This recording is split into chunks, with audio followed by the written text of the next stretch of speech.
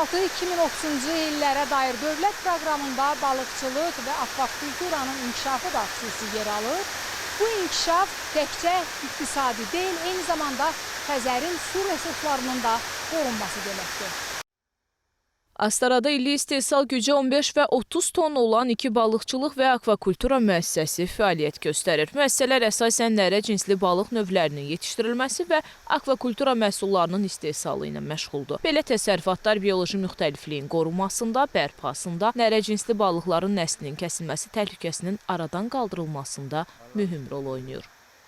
Nərə balıqlarının kökəldilməsi ilə və qara kürü istehsalı ilə məşğul oluruq. İstehsalımız 30 tondur. Hal-hazırda balığın kürüsünün yetişib-yetişməməyinə baxırıq. Uzi vasitəsilə. Bu dişi balıq. Bəli, dişi balıqlara baxırıq kürüsünə.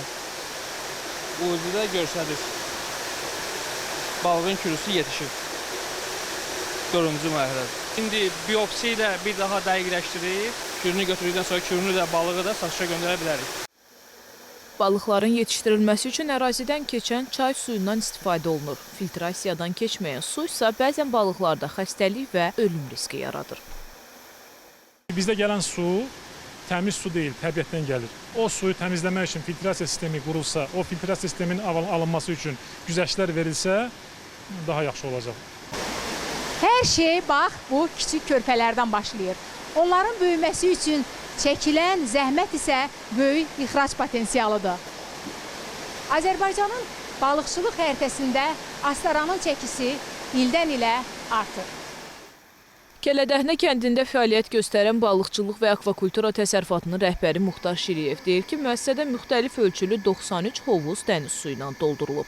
Müxtəlif yaş və çəkidə uzunburun, nərə və çökə balıqları yetişdirilir. Bu sahənin Kənd Təsərrüfatı Nazirliyinə verilməsi və ötən dövr ərzində akvakulturaya da şamil edilən dövlət dəstəyi, güzəştlər, vergidən azad olma öz müsbət təsirini göstərir.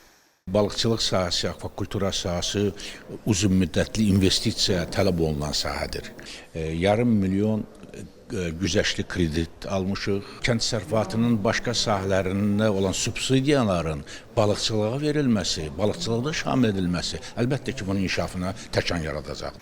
Hazırda hər iki müəssisə ümumi olaraq illik 45-50 ton nərə cinsli balıq və kürü istehsal edir. İstehsal olunan balıq və kürü məhsulları daxili bazarda satılır. Hədəf xarici bazara çıxmaqdır. Bizdə də nərə balıqçılığı yaxşı inkişaf eləyib, fermerlərimiz var. Onlarla bağlı biz məlumatları toplayıb nazirliyə ötürmüşük. Əsasən onların avadanlıqlarının qurulması, alınması üçün subsidiyalar nəzərdə tutulur. Dövlət proqramında da nəzərdə tutulub ki, mütəxəssisin hazırlığına bağlı böyük önəm veriləcək.